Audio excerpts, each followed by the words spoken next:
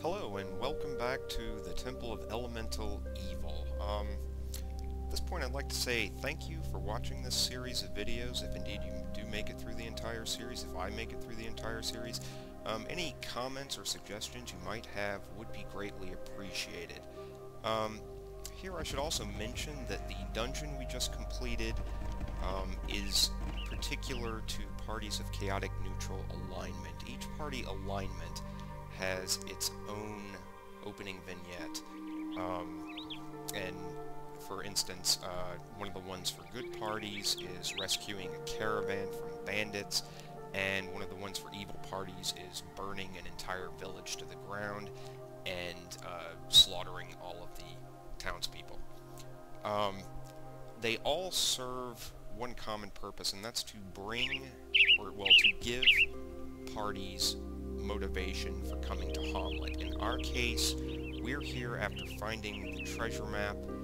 We're looking for information on getting to Rainbow Rock and Emeraldy Meadows. We have no idea where either of those are, and since we don't know anyone in town, our best bet is to, well, actually our only option is to simply walk around town and blindly ask people for directions, hoping to unearth some clues about where the hell we're supposed to go. So, without further ado, let's just walk into a random house. Okay. And since we're in town, I should change the marching order to put the bard at front. And if we look in the logbook, the opening vignette, find the treasure hoard of Rainbow Rock near a small hamlet called Hommlet. Alright, so let's start talking to people. We'll use the bard for this.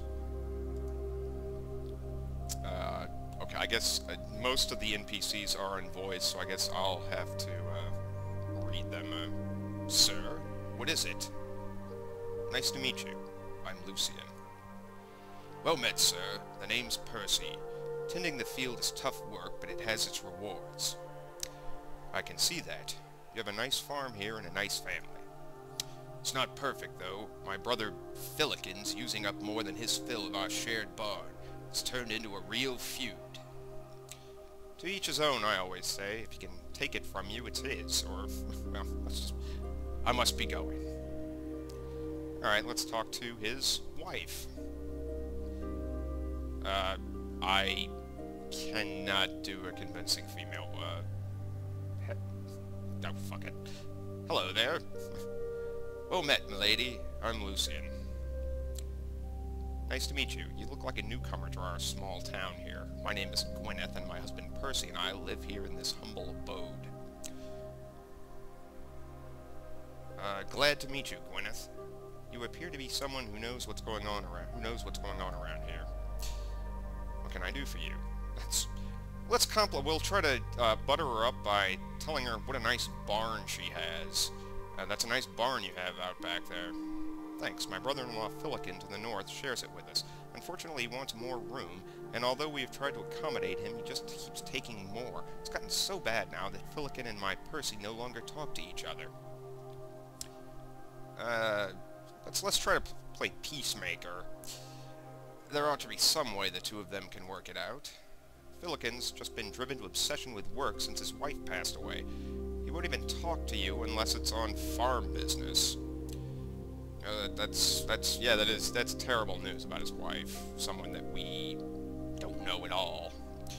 Real shame it is. You know, that widow Matilda up north here sure would do him some good.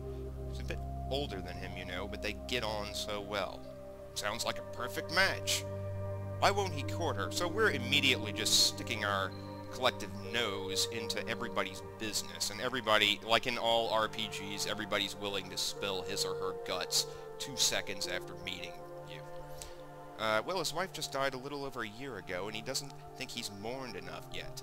I bet Matilda would buy a new barn as part of her dowry if we could get them together, but that carpenter tells me he's just too busy for any new work. Yeah, sure, why not? I'll go talk to the carpenter for you. Maybe I can convince him.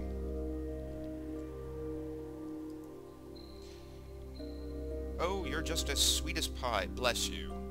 Glad I could be of help. I must go. Good day. So she doesn't know anything about Imrity Meadows, but we've gotten... Yes, sir. I should sort of give out a warning at this point that the first hour or so of this game is going to be running around Hommlet, doing various FedEx quests like this, talking to people, and gaining enough experience to get to level 2. So if you're not interested in that, and it's not the most fascinating gameplay, you probably want to skip ahead a few videos. Alright, here's someone else. Hello there. Alright. Large man staggers in your direction. Hick. Hello there. Ack. You are drunk. No, I'm not drunk. I'm Elmo. How nice for you. I'm Lucian. I'm looking for work. I need the money, you see. I would like to buy some ale. So every character is driven by complex motivations, and you have to sort of scratch away the surface to get beneath. No, everybody is motivations are paper thin. Alright, what kind of work do you do? I'm an armored man. No, I mean a man at arms. I can work for you, but I need to get some chainmail and a big axe. And I will work for only half of the share of the money. So I will need to pay you in order to hire you at a half share? Yeah, you give me 200 gold, and then I join you. And you only have to pay me half money share from then on. No thanks, I'm not interested. Okay then, maybe later. You have time for more questions? What do you want to know? I'm looking for directions. What you looking for? Would you know where Rainbow Rock is? Oh, that place. The treasure of Rainbow Rock. That's a big joke. People, they come from all over to look for it, but it just doesn't exist. Big joke. Well, it's just great. Alright, I'll be going now, you drunken sot. He's an NPC that you can hire to sort of supplement your party.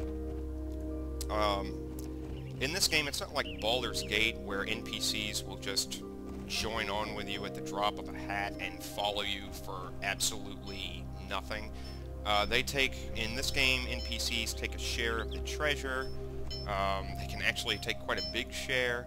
I'm not going to recruit any NPCs because they tend to be sort of underpowered. He's actually Elmo that we just met. He's 4th level, so he'd be pretty good just for starting out, but I'm not going to take any NPCs. Alright, here's the blacksmith, so let's do a bit of early trading, get some better equipment. Hello, I'm Lucian. Well met, Lucian. I'm Brother Smythe, the village blacksmith. Brother? Are you a monk or a cleric?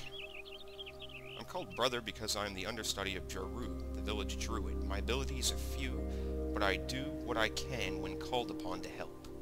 Does this mean you can perform healing? Yes, I can perform a simple cure light wounds. So you are of the old faith. Yes, like Jaru, I follow the old faith. It's the way of balance in all things. Just like the Khan.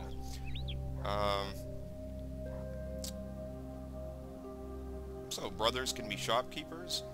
Yes, a follower of the old faith can do anything he likes, and usually does what is needed.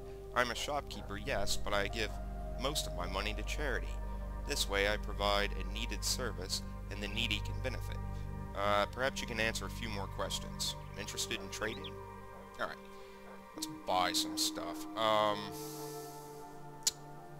Alright, we can sell the bard's jaunty hat. Any gloves, boots, or hats that aren't enchanted are really just...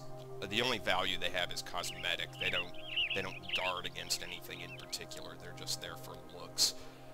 So we can sell that for a bit. Let's see, we can sell her battle axe. She's going to be using a longsword. We want to get her a large steel shield. And we can probably sell her. As you can see, we started off with about 500 or so gold. A few platinums also. Let's get her scale mail armor, and we'll go ahead and give her leather armor to the bard. he's still going to be able to cast without problems in the leather armor. The priest, or shield. I think we can get another large shield elsewhere. We'll just hang on to that for a second. Leave her with what she has, and we want to get him chainmail. We can sell his leather armor, sell the battle axe, we can sell his helmet, and yeah, we can sell hers also. Okay. Alright. That should do it. Alright. Oh, very quickly, also, these potions can be identified. In order to identify a potion or a scroll, as we'll find later on, where's the other one?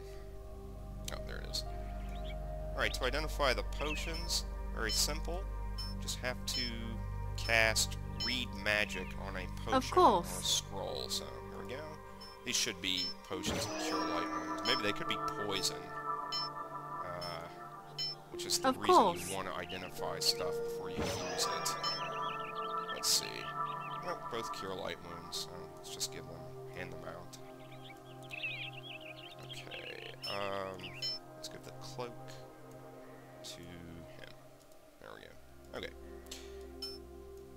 Alright, when we return, we'll head to the Carpenters for more FedExing in the Hamlet of Hommlet. Stay tuned.